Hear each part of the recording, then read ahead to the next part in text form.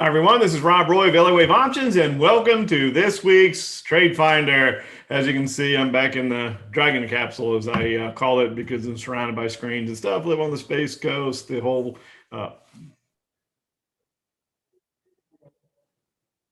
I guess Zoom needed to catch up, so let me start over again.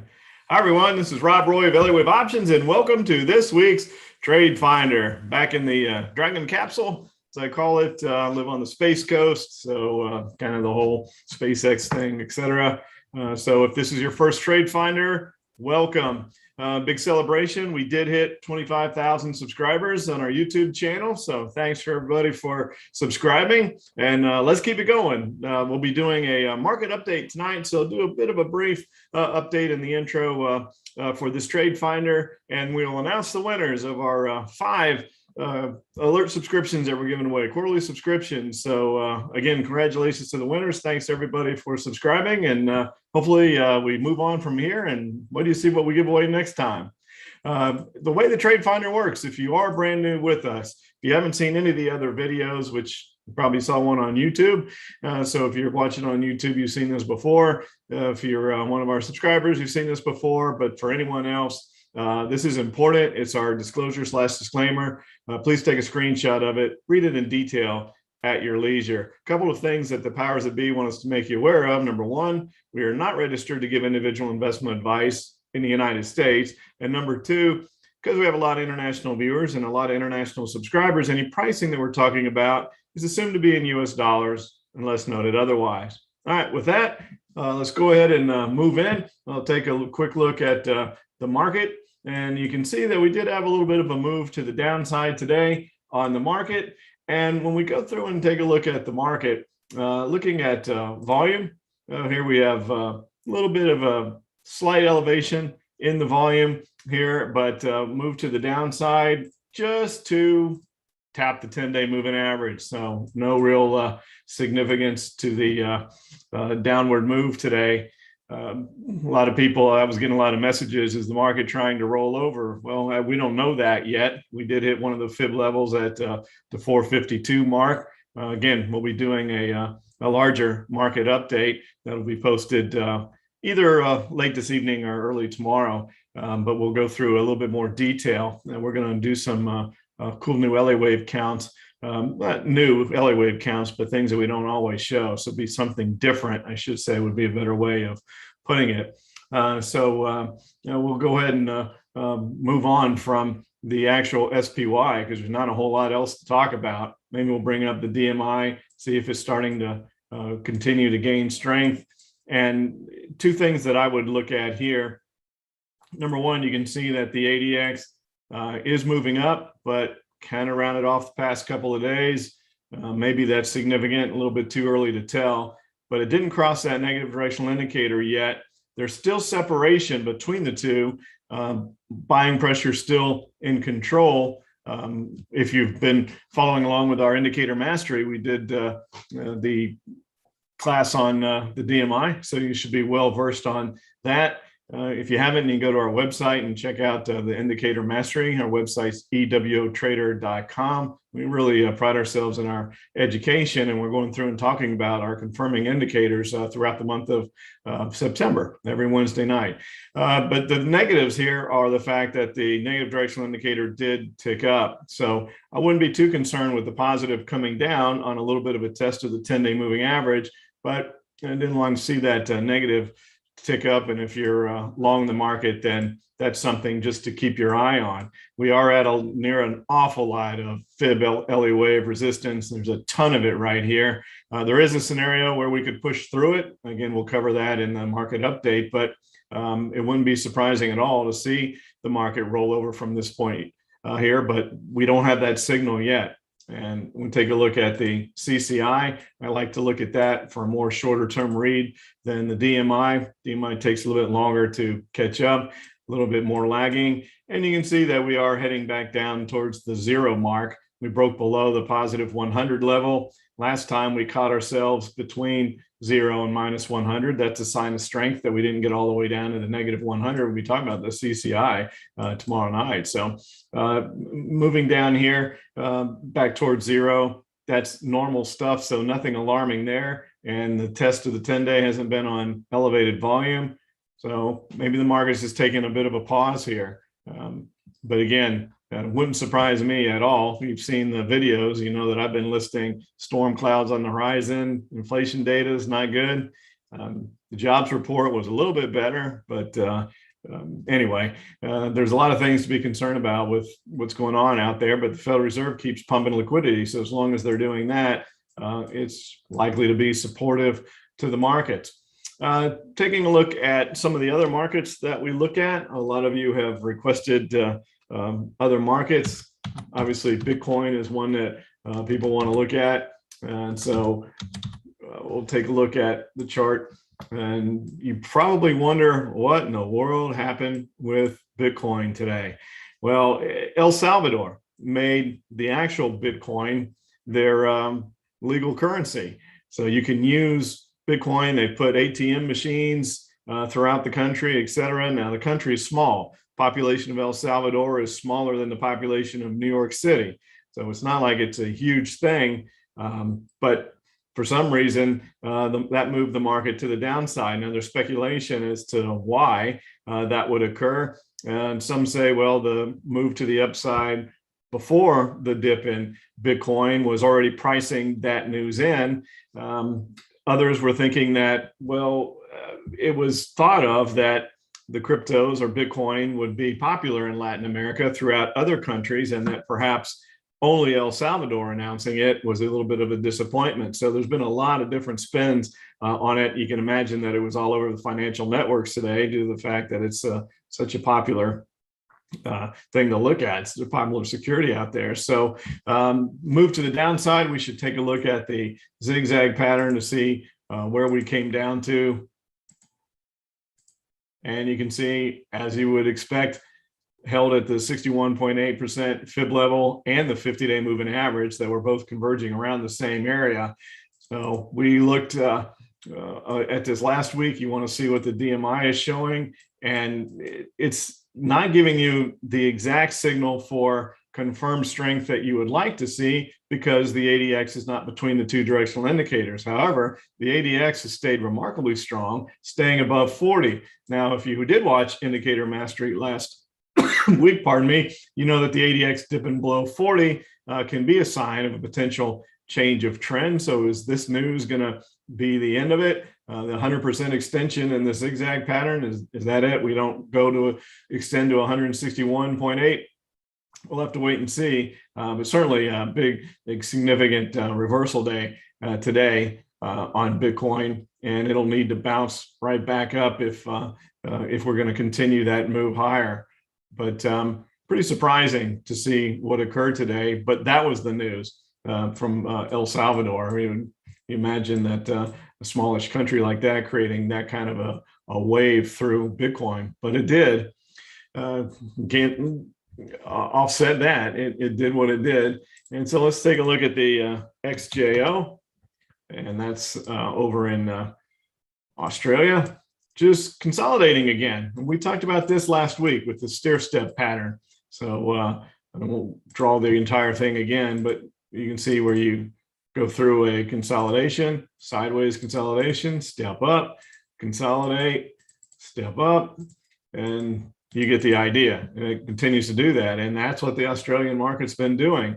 So this consolidation here, is that going to lead to another move to the upside? May very well, if it continues to follow along with this pattern. We look at the Elliott wave pattern. Again, we note that we did hit on the end of this step up, if you will, right at about 100% wave 5 extension. So easy to see why it found some resistance at that point in time. Looking at the moving averages doesn't mean as much when you're going dead sideways like this, but we are closed right at the, we're trading right at the 10-day moving average. And that would be a pretty significant move if we were to go back down towards the previous 4. Now, technically, we went over 100%, not by a lot, but we went over 100%. So if the Aussie market was going to correct, then you would be looking at a target of a 61.8% correction. Well, we're not getting that signal at all, but that would bring you back down here to around 7,000. So I'm not seeing that at this point in time, and we'll just see how we break from this consolidation pattern. If you look at the DMI, you can see that that ADX has come down. Looks like we're probably getting into an area where we might consider a breakout. It's where we found support with the ADX in the past. So coming down and hitting these levels and then turning back to the upside here makes sense for potential breakout. Don't pay too much attention to the directional indicators when you're in consolidation. So we look at the CCI and it's just kind of churning right at zero. So it's not giving us any signal either. So this is about as neutral of a consolidation as you could possibly ask for in a market. And we talked about this, that this consolidation had been on rising volume and it felt like we were ready to break out anytime. Well, it hasn't yet. And look, we still are trading with well above average volume and, in current trading. So that doesn't count, that bar doesn't count, but just a little bit below there, but been really solid volume in a consolidation. So there's a big fight between buyers and sellers, bullish and bearish pressure right now. And this is the kind of stuff that I get really interested in, just to see which way it breaks, because there's no real clear-cut indication from an Elliott wave pattern on which way we may go from here with such a sideways consolidation. So we'll see how the Aussie market breaks. If you're long, I wouldn't get out. If you're looking for an entry, I'd wait and see if you get a confirmed breakout. Could continue back to the upside there. That 5 could really able to, all kind of things could happen. But we'll just have to wait and see. Now, the Qs are in one of our past alerts. For those of you that are new with us, we go through and find a case study consideration each and every week. We'll do that this week as well. We'll review any that may be considered still open, hadn't hit a target, etc. And then we'll go through and look to find a new one tonight and add that to the list. But the Qs is one that we had back from the 17th. So I'm just going to go ahead and do that now. We'll get that one out of the way, and then we won't have it to look at when it comes time for looking at our past case study considerations. But you can see we had this ascending triangle pattern was what we were looking at with the Qs. And then we move it forward, boom, upside breakout. Now look today, and that's interesting that we had a positive day in the triple Qs where the market was to the downside. So a little consolidation here. It looked like the Qs were resting. They continued to move to the upside. We did send this one out as an alert to our subscribers. And so this is one of our full alert trades, and it's profitable at this point in time with the upside breakout. So that's been a nice trade. We have not sent out the closing alert yet, so we won't close this one off of our list of case study considerations with TradeFinder either. So we'll keep that going for now. Again, see if the market can break through this resistance. See the market go sideways for a few days wouldn't be surprising either, with all the headwinds with the Fib and Elliott wave levels that we're trading at right now. But the Qs are trying to break out of that consolidation that they've been in. So I thought that was quite interesting. And looking at the IWM, we noted that that one was getting awfully near a potential break of 230, and then look what happened. So look, like, is the IWM, is it maybe going to start and become the new movement to the upside? The new leader? Well, the Qs are like, not so fast. So it looks like they still want to take the lead, and we're bumping our head against resistance there on the Russell and move to the downside. Disappointing. Would have been exciting to see the small caps break out. They've been in this consolidation for the entire year between 210 and 230. No sign of a breakout yet. And you look at the CCI, it was moving to the upside. It didn't get too extreme. You can see from the past, and you'll learn tomorrow night if you didn't know already, that historical extreme levels within the CCI are very important as far as being overbought or oversold, which is what the CCI is really good at. Utilize it a lot for those signals.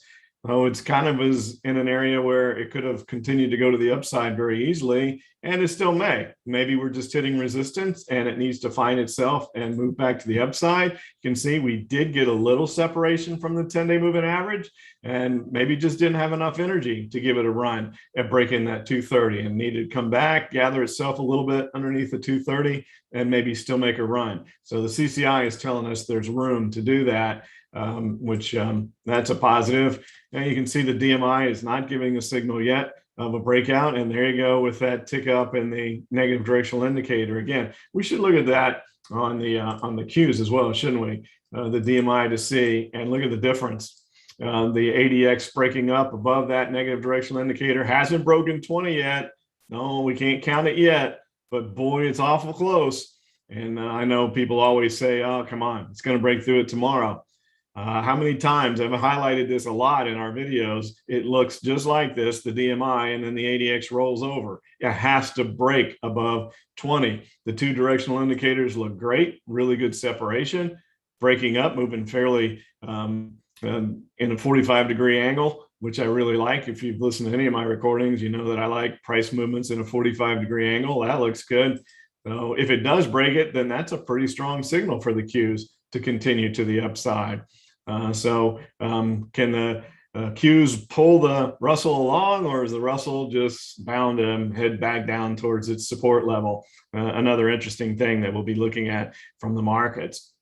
All right, another thing that we do in TradeFinder is we take a look at past alerts. So this is our website. If you are brand new, those of you that may be streaming on YouTube, if you haven't seen our website before, this is it, EWOtrader.com. And each and every one of our alerts that we send out to our subscribers, we send out entries, any adjustments, and exits. I know a lot of alert services just send out entries and then you're left on your own from that point in time. But we send out and the guidelines on all of it, on what we're doing.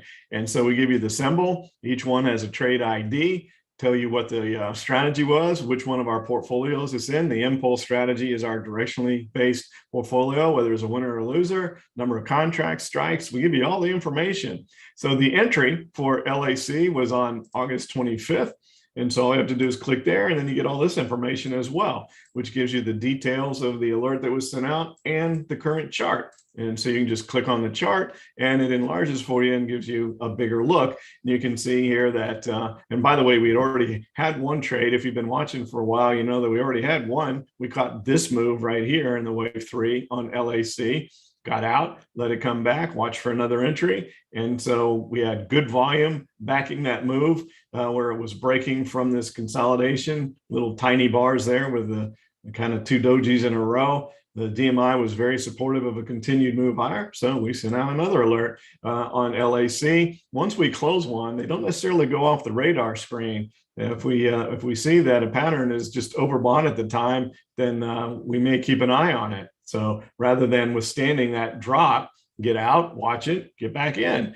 And so just as you can see here, 7 days later, we sent the exit out on September 2nd. So it was last Thursday, and that was a 70% return. Now, those are mark-to-market graphs right here, give you a daily view. Every one of our alerts has its position every single day, whether it's positive or negative, unrealized gains or losses where we are. We are net buyers of options normally. So you can see that it did drop down. That happens before the breakout move came. And then that 70% return in a very short period of time. Here was the exit alert that was sent out, again, with a chart showing you some particulars as to why. Well, that's pretty easy to see, isn't it? We completed the zigzag right at 100%. So we had a nice zigzag pattern, hit 100%, dead on the nose. Time to go ahead and get out. We haven't taken this off the screen yet either. We're continuing to watch this. We'll see if we get another entry, because there is a wave 5 target up there around 25. So it could go a couple dollars higher at some point, but it's too vertical. I don't like it when things go vertical. We hit the zigzag C wave target. So we gapped up on top of that. So you lump all those things in together, and it was time to go ahead and take a really nice short-term gain. So that gives you an idea if you're new, on how our alert service works and all the information that you get along with it. Now, this is all in addition to the education. And we're not just an alert service. As I said, we pride ourselves on our education. We have the indicator mastery class going right now.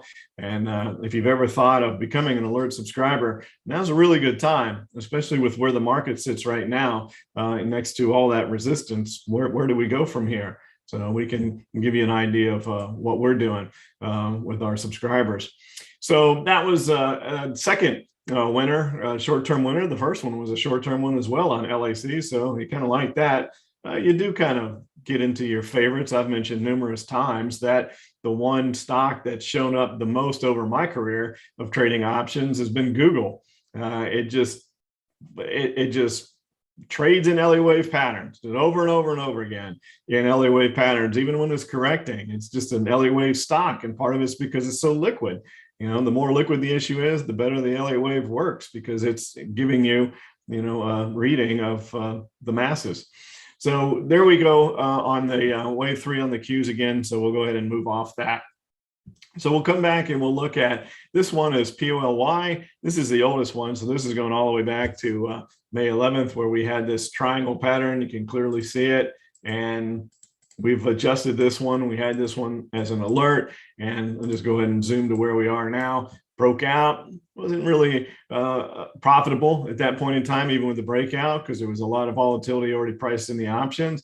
Ran back up, retraced the breakout, which is exactly what they're supposed to do. Moved to the downside. So we took the put side off, and we're holding a long position here. And look what we have again. So we're going to watch this really closely to see if we need to add puts back on, turn it into a strangle again, because we have this consolidation here. So right now we haven't. We're just still long. We'll see if that break move continues to the upside. No indication from the DMI, the CCI. Look at that.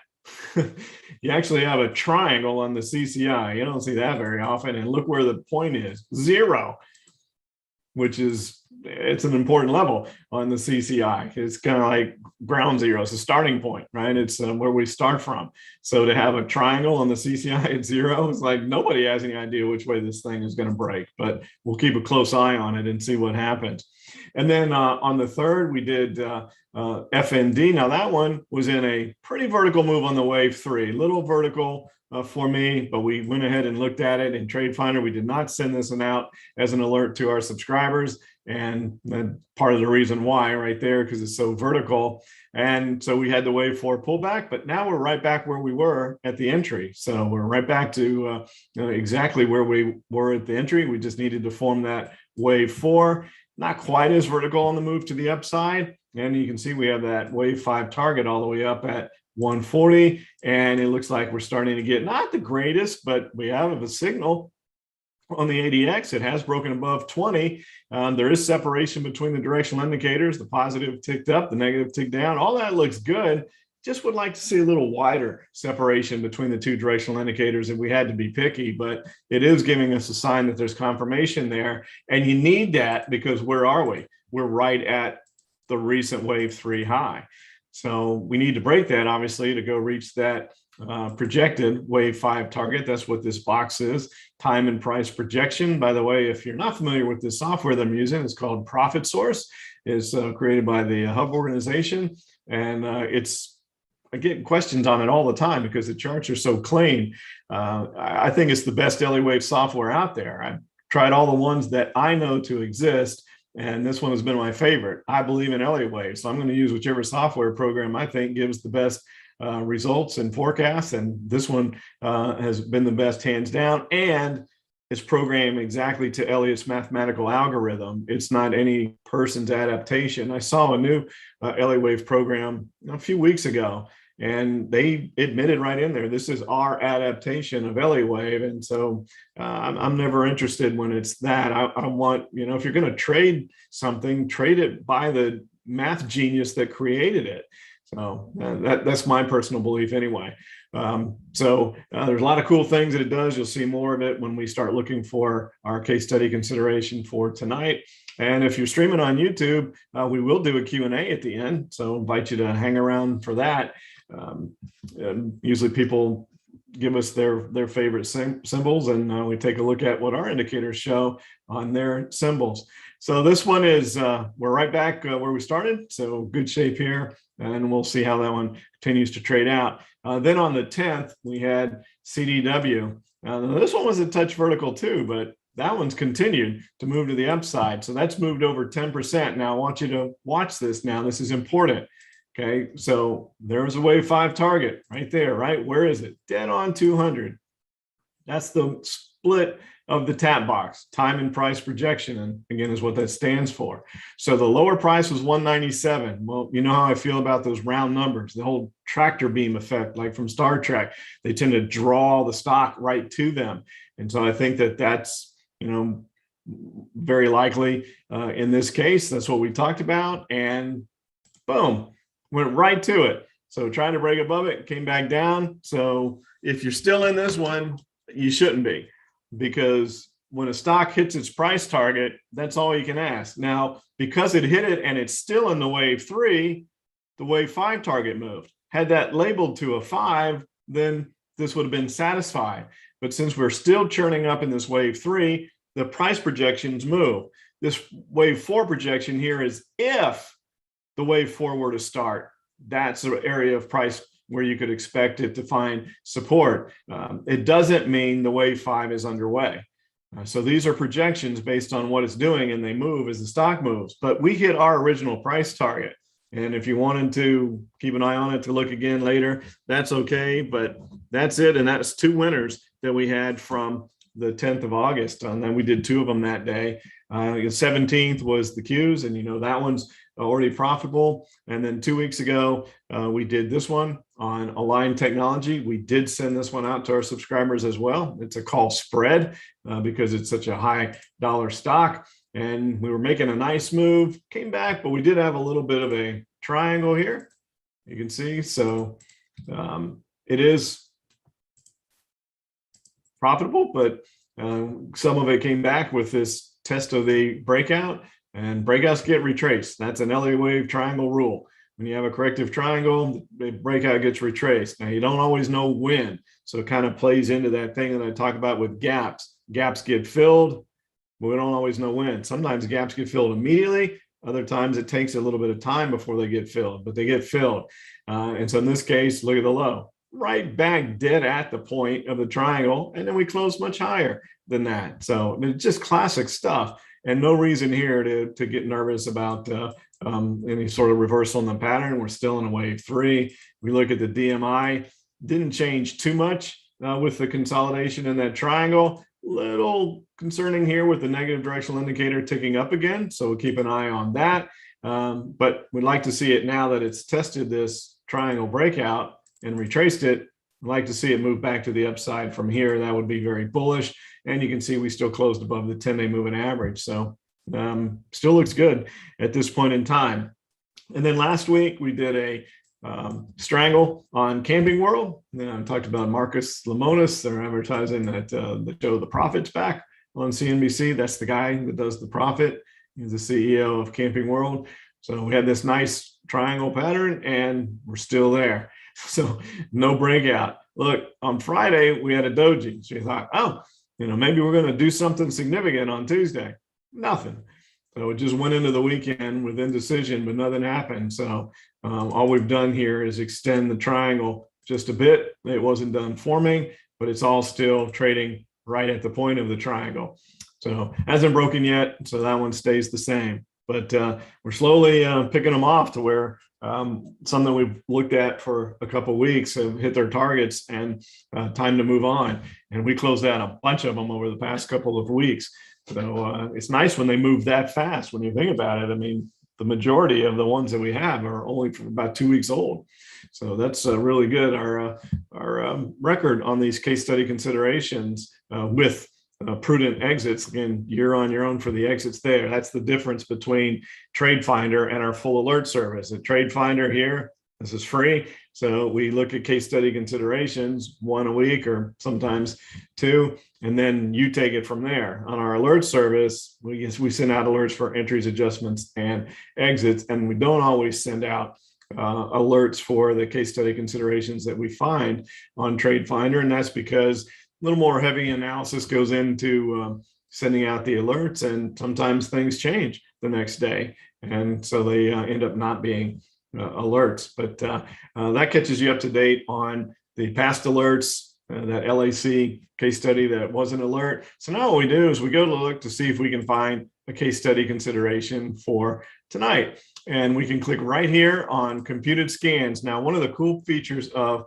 Profit Source is you can program your own searches. If you have your own favorite indicators, again, another plug for our indicator mastery class that we're doing right now, you get to see an in-depth review of each of my favorite confirming indicators along with Elliott Wave. That system of confirming indicators supports Elliott Wave. That's the way we do it at Elliott Wave Options, but you may have your own indicators that you like, and you can create your own search.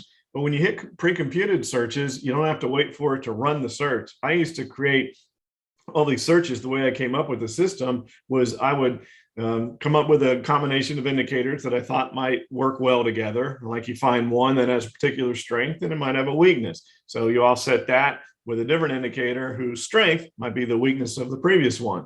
And you try to find them that work together and give you a good system all together. And I would run simulations all night long, because you can program in how much money you would put in each trade, what your profit target would be. If you wanted to set a stop loss, you could do that as well. And so it would run and give you the results, and you could do it for a year, 2 years, whatever. I'd let it run all night long. So I'd set the search before I went to bed, go to bed, let it run all night, and come back and look at the results the next day. So you don't have to do all that. You can just create searches and run them and see what results you get on a day-to-day basis. But then it still takes time for it to run. But here with the pre-computed ones, they're already there. And the Hub organization, again, the creators of Profit Source, noted that there were a lot of people that were taking advantage of the software that were Elliott Wave Options subscribers. So they went ahead and created these features on the pre-computeds. Now, if you're an Elliott Wave Options alert subscriber and you have Profit Source, you have access to these searches here that are already pre-computed. And these ones that say EWO right there, those are mine. Those are the ones that I spent that time creating. And that's the basis of what we use to find alerts to send out to our subscribers. And then they added a few other that they thought, when you're trading Elliott Wave, you might be interested in stocks that are in a bullish wave 3 or bearish. If the ADX is moving up, they know I like the DMI, et cetera, and then the 2 directional indicators. So you can combine those things, or you can come over here and say, now look, there's 0 on the impulse stocks. Isn't that interesting?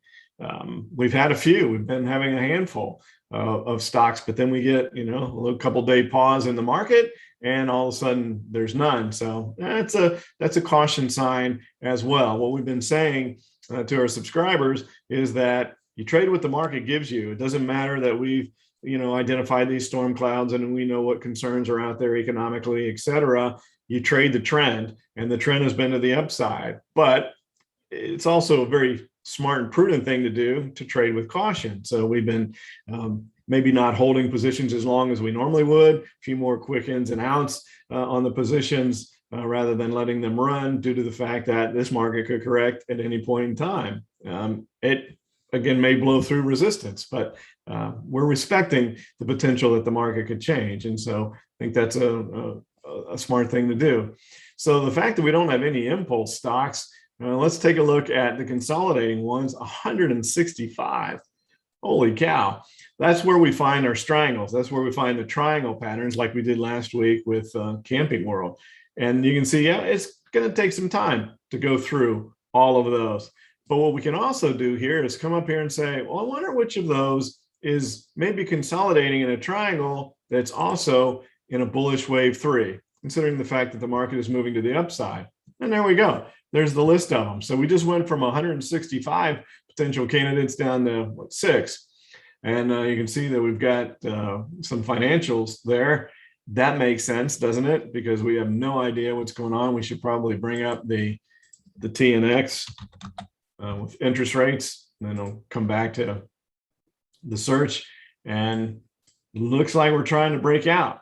But anyone that's heard me talk about these strangles know that that means nothing, right? That one day doesn't mean a thing. You have to have a second day, a follow through, a confirmation day. But that was a pretty significant break there in interest rates. So if interest rates start to move back to the upside with any sort of power behind them, that's going to be a headwind for the market as well.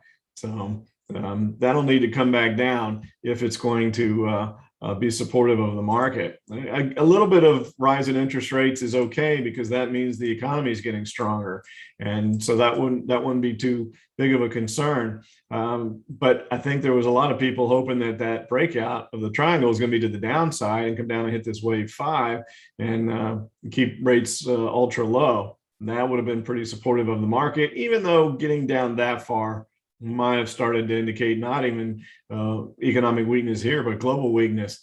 So with the interest rates moving back to the upside, kind of doing the Fed's job for them as far as not having to taper sooner. And that was something I've been speculating about with the inflation data that was just released, which is super hot.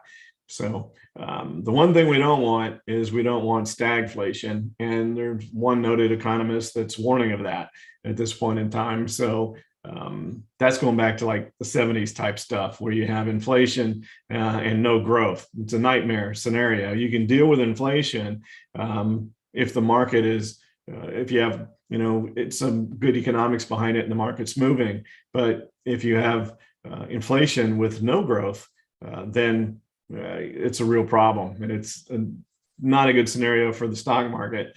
And I mean, be kind of fun to trade a down market for a change. It's been a while, but I know most people have retirement plans. And as much as I like trading down markets because it moves so fast, I'm also cognizant of the majority of people make money when the market moves to the upside. So we obviously want everybody to do well. But that was something that I thought would be interesting. Now, that also brings us back to, let's see what these patterns look like with these two financials. Discover is one that, it's not really the greatest of a, it's more like a downward zigzag, doesn't it, than a consolidation pattern. Maybe we're going to create the wave 4. We are coming towards resistance here. Yeah, it's more of a, I don't really like this one for a strangle. If the interest rates start going back to the upside, you could probably see this one bounce off of this 120 level. Perhaps this labels as a wave 4, and then it turns and takes back off to the upside. I don't see that wave 4 going way down there, not with rates breaking to the upside. If they broke to the downside, then that could be a possibility. But this whole thing may change if we get follow through on interest rates, but that's not something we want to do with a strangle. So let's see what BAM looks like. And that's better. That's a little bit more what we're looking for as far as a triangle. We got a really low ADX there. Yeah, it's below 13, obviously, because it showed up on the search. That one looks pretty good. Let's see what the options look like here. That's pretty decent triangle formation there. So let's come up here and see what the options look like on BAM. See if it's liquid.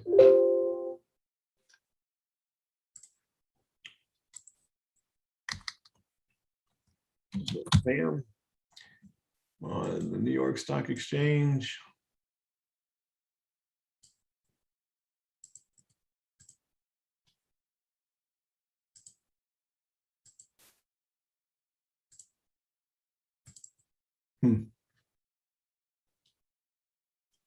Well, is it on a different market?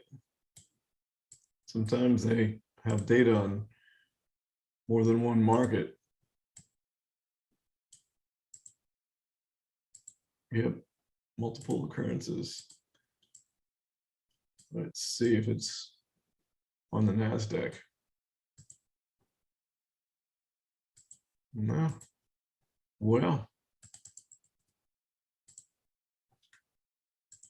do some homework and see if you get some good option chains on BAM, and maybe we can take a look at Notice it's starting to show up.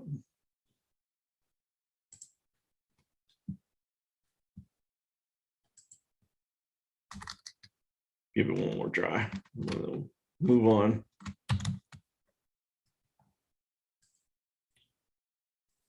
Stocks move between the different exchanges all the time. You know, they offer them clearing fees that are better and stuff, and try to entice them. So that's, if you're wondering what that means with on multiple markets, that's what they're talking about there.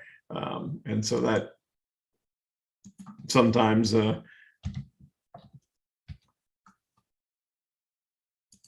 confuses the Reuters is where they get their data from as far as what's going to happen with I found it. And problem is it goes from October to December. December wouldn't be too bad. It's a little further out, and it's not bad. It's not great. Let's see if we can find something else.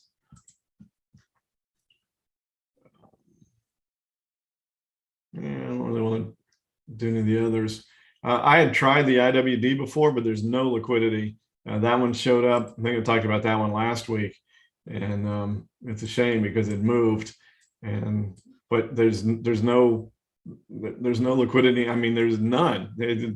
They don't trade options on IWD. They trade them, but nobody trades them. They zero open interest on it. There's a spotty contract here and there, so that's frustrating. All right, so let's just see what the heck, if there's any. There's very rarely consolidation in a bearish wave 3, and that makes sense, right? Because we know things move down faster than they move to the upside. So usually if you're moving down, you don't take the time to consolidate. Usually it's more in the zigzag type area, 5-wave impulse pattern type thing, but it never hurts just to give it a try and see. All right, so let's just go through here and see if we can find one that we like. And there's lots of financials. That makes sense, doesn't it? So let's see, we didn't like Discover. Let's see if we can find Citigroup. I don't know, is that move enough? It's a pretty good looking pattern though, isn't it? And a really low ADX. Those options are probably going to be pretty cheap for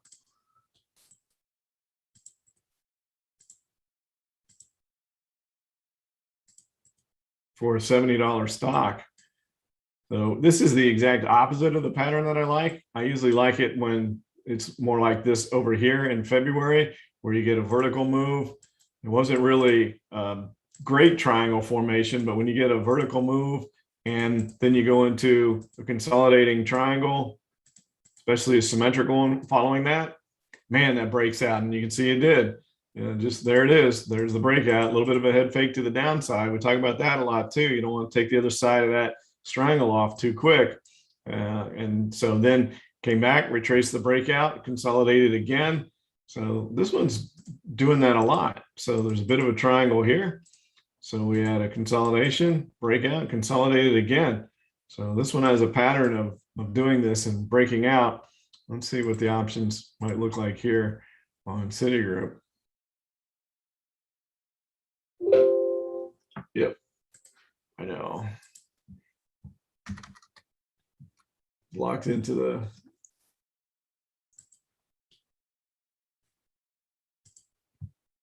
TNX.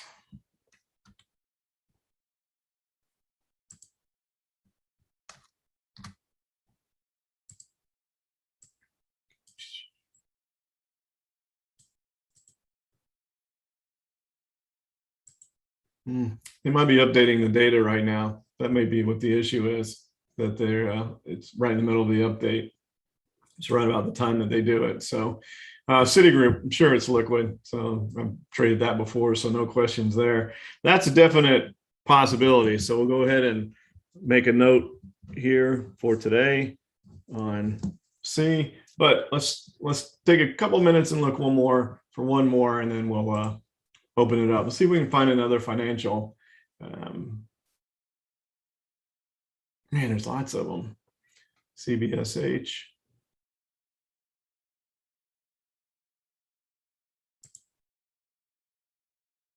Yeah, they're everywhere. Look at that. We talk about this sometimes too, where the ADX is starting to give you maybe a little bit of a heads up. Look how low that ADX went. Holy cow. It touched 8. You don't see an ADX get that low very often, all the way down to 8.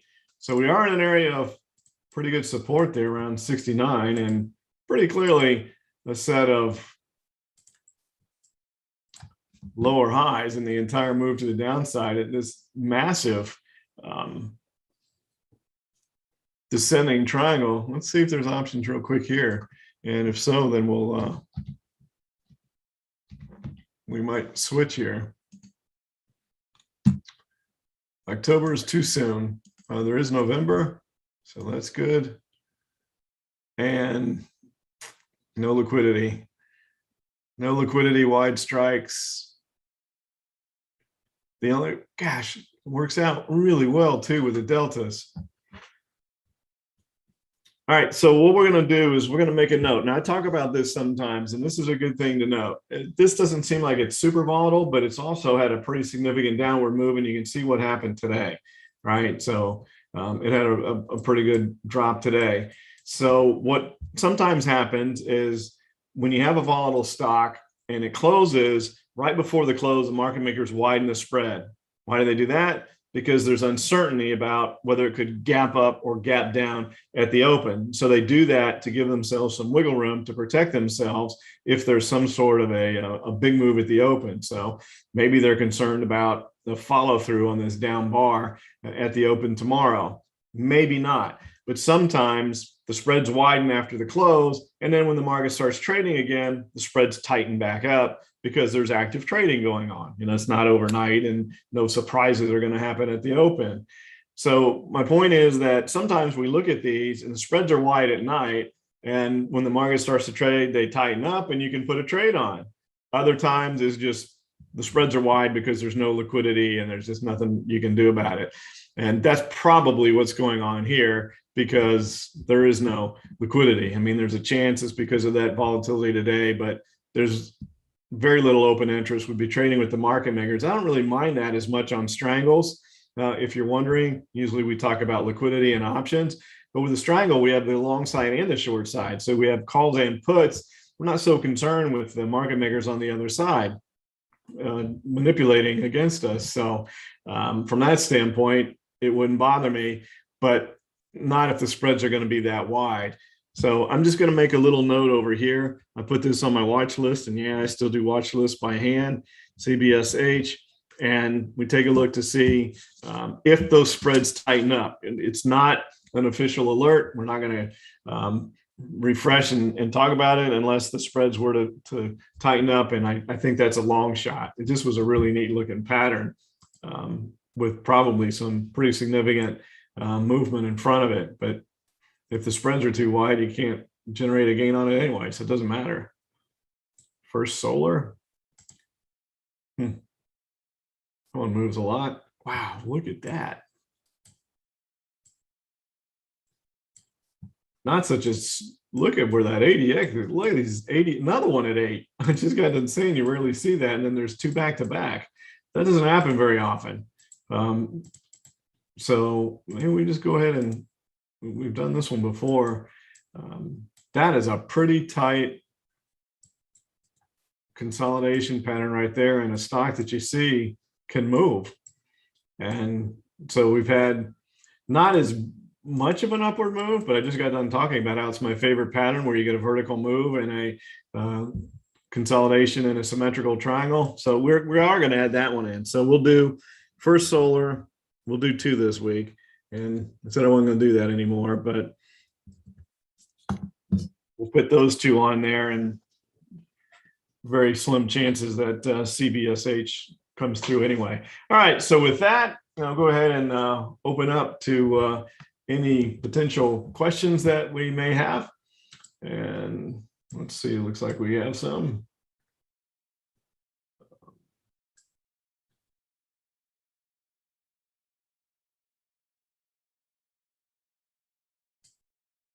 Well, I went to the wrong window. Sorry. Don't want to read y'all's chat. Just want to cover this. All right, so yeah, we looked at Bitcoin, Amazon. So let's take a look at Amazon real quick. Defied the market today, move to the upside. We do have, I'm going to take some of these off here. We do have a bullish current alert on Amazon. We had a butterfly that did extremely well, and we have another one. And the expectation here is that we come up and fill this gap. Then we see what happens from there once that gap gets filled. Not in a current 5-wave pattern, but certainly the next step would be filling that gap. And then we see if after that gap is filled, do we try to make a run towards 4,000 or not? So we'll see what the DMI is looking like at that point in time. It's supportive of this move to the upside. Not, I mean, this is the problem with the ADX on downside trades. You can see it went up here and then we reversed, and it takes a little bit of time. It's a little bit of a lagging indicator. So CCI helps to offset that, but the two directional indicators are very responsive and they look good. So we're not too far away from filling that gap, and then we'll come back and we'll analyze the DMI, and CCI is getting towards extreme levels. So maybe it needs to pause again, but also note that we are following with that Elliott wave triangle rule that once you break out of a triangle, you retrace the breakout. And so there's the point of the breakout, pretty darn close here to where the gap was. And you could argue that that is the point of it, but you can see that it's very likely Amazon continues up to that 3,600. Then we'll have to wait and see from there. TSN.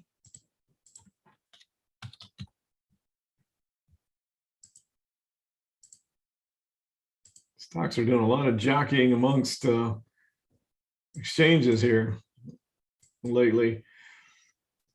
So Tyson had that big move to the upside, and you already know what I'm going to say here. I don't like this. I don't like the vertical moves. Hopefully you caught that and it was a nice trade for you, but what goes straight up often comes right back down, which it has so far. But it does have support here at 77. The part that makes you nervous is someday that gap's going to get filled. It could be well into the future, or maybe it's marching back down there now. But that would always be in the back of my mind. But if you're long and you're wondering, should I get out? I would wait and see how it trades at 77. But hopefully you took the gain on that big spike to the upside.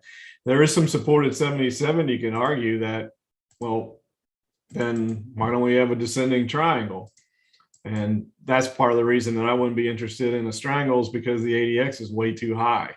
So we could come down and go sideways for a bit here at 77. That's a possibility. It might not. It might make a big breakout. But one of our rules for finding strangles and potential breakouts is that the ADX is very low and giving us an indication that it's getting ready to break out in the not too distant future. It's part of the system. So that one doesn't qualify there, but that's what I see there. Support is 77, and see what happens from that point in time. Creating the wave 4, so maybe it holds there at support and bounces back up and hits that wave 5 target. If you're long, I hope it does that. But see, just one further point here. When it goes vertically up like that, and then it gets right to the recent wave 5 high, there's no way it has enough strength to continue to move higher from there. It's just way too overbought at that point in time.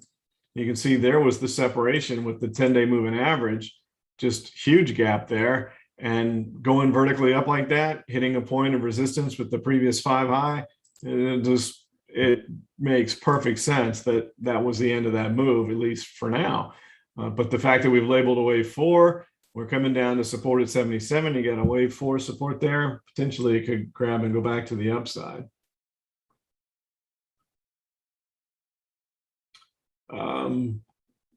Paul is asking regarding getting rid of the Federal Reserve, which, yeah, would be in huge favor of that. What would we replace it with?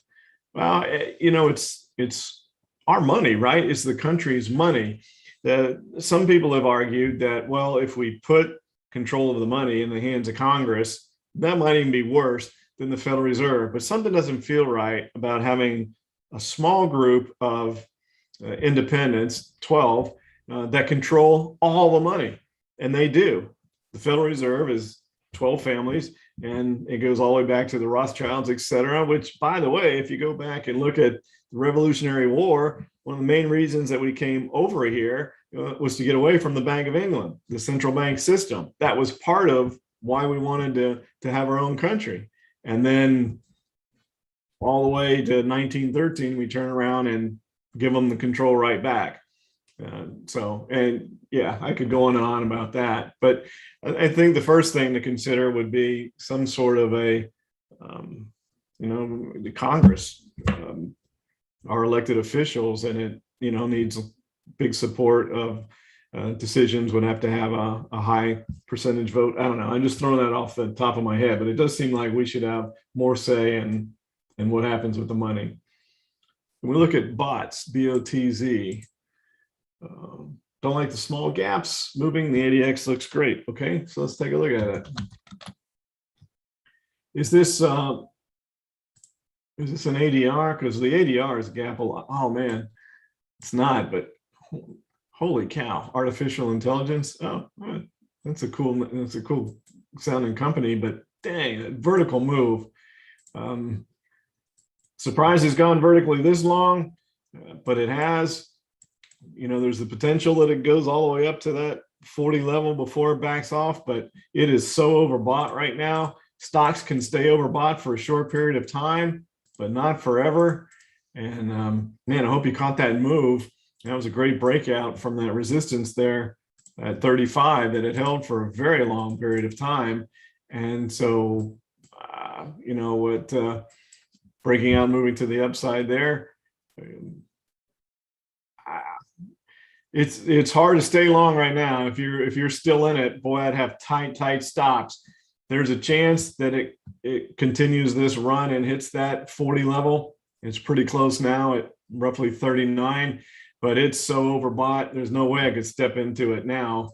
And I know the DMI looks great and it's supportive, but you also cannot ignore that. Just can't ignore it. And so the DMI looks really good, looks supportive to continue moving higher. But at this point, I would have to watch it and look see if there's a pullback, maybe back down to 37 or something would be a good entry. But that DMI looks really good. The CCI it's hanging around at an extreme level, but it pulled back a little bit, which is interesting on that move. So that's not horrible. Really, I mean, it looks like it wants to go higher. I just don't know if it goes higher in the next few days. Seems like it needs to rest first before it makes that final run. But like I said, it could hit 40 tomorrow. If it hit 40 tomorrow, though, man, I would. If I didn't get out, I would have ultra tight stops. But man, that was a good one. Open. We'll do a few more. OPEN.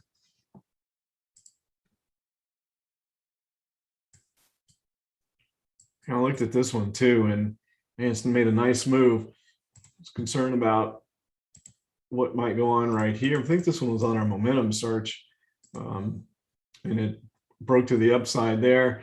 Problem is the target's not so far away, right? It's so close to it, and so you had to wait and let it break above 18, or at least that was my thinking, because there was too much resistance there. The wave one top there, it had resistance there going back into April, May. So you need to see it break there, and it did, but it didn't test it. It never came back down and tested it, that's a really good entry. When you break above a resistance point and you come back down and test it, what was old resistance becomes new support. That's a good time to get in on the subsequent bounce off of support, but it hadn't done that, and it may run right to that 21 target before it does it. So yeah, that one was a tough one for me to lay off, but if you're in it, congratulations. It's got a really good looking DMI. Let's see where the 10-day moving average is.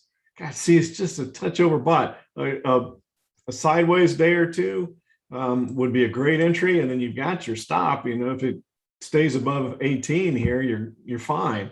Everything's good with this as long as it stays above 18. But just close that gap with the 10-day moving average would make me feel more comfortable, but that one looks good too. And you guys are picking some really good ones. A couple more on Amazon. We already did that. BAM doesn't look liquid on Thinkorswim. Thanks, Jeff. I appreciate that. FSLR, lots of open interest. KGC.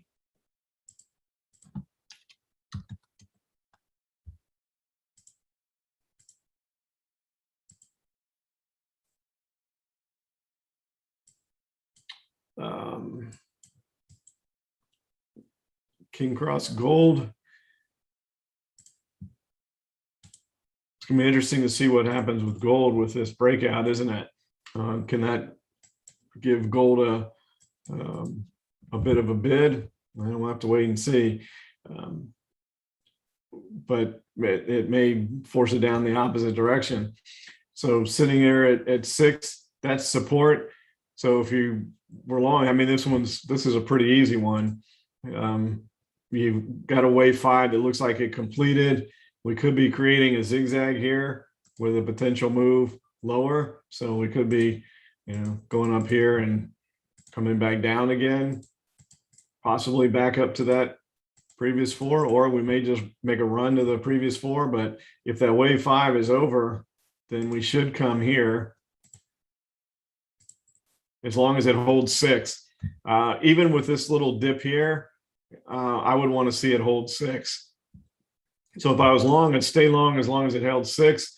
If you were super aggressive, you could try for a bounce here, but just a tight stop. If it doesn't hold 6, then I'd be out. JO, or were you saying yo?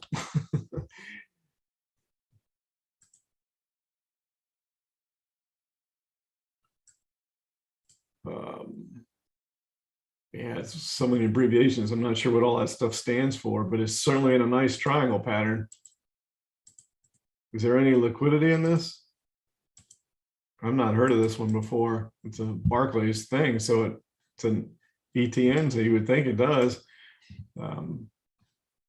Wow, great looking. The ADX bottomed out just above 10. It's above 13 or 15 now, which are the two levels that I like, but that's a pretty good looking triangle there. If we look at the Elliott wave pattern, Elliott would say this one's likely to break to the upside. You had your wave 3, you go vertical. What goes straight up comes right back down. And so there was the wave 4, and then we went into consolidation. So that's all really classic stuff with these vertical moves. If there's liquidity in those options, then that would be a great strangle because it's a big one. It's almost 45 to 60. It's almost 15 points on a $50 stock. That could be a really, really good one, actually.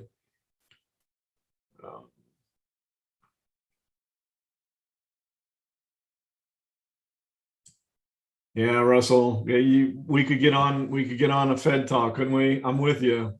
Yeah, I mean, I'm with you. I could spend an entire hour doing Fed stuff. I've studied them a lot. I've known an insider.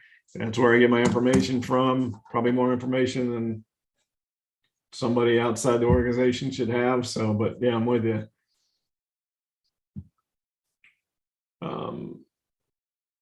Well, James, it's never too bad to be cautious, so don't feel bad about that. So we'll look at coffee on the futures, and then we'll wrap it up for the night. So coffee.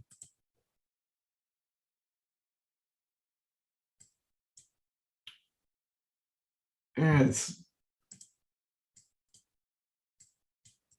if inflation comes back, it wouldn't surprise me to see sometimes coffee reacts that way in inflationary times. Coffee goes up. So, here we go again. So I'm a broken record tonight, right? You're tired of hearing it, but we'll go straight up does what? So that's been the theme for tonight, as we found all these vertical moves that went straight up and then came straight back down. And that's what happens. And so I'm going to keep an eye on that global tech one that y'all ask about. That one's pretty interesting. Yeah, this isn't really a zigzag because it corrected too far. So I'm not even going to measure it. I can tell that was a disqualified zigzag. Otherwise, we can look at that. But the fact that it made that vertical move, that's a pretty significant breakout. So it's corrected it. The wave 4 held at 50%. This is a nice wave 5 move to the upside. The DMI is supportive of a continued move. The negative is dipping down. So I think that very good chance that coffee goes to 240. That's a good one, George. I don't want to look at coffee very often. So that was a rare one. So thanks everybody for your attention. As always, we very much appreciate your time. I say this every week, but I mean it. I'm passionate about it. Time is so valuable. It's the most valuable thing each and every one of us have. And we appreciate you spending some of it with us. Hope you found that informative. Have a great week. Look forward to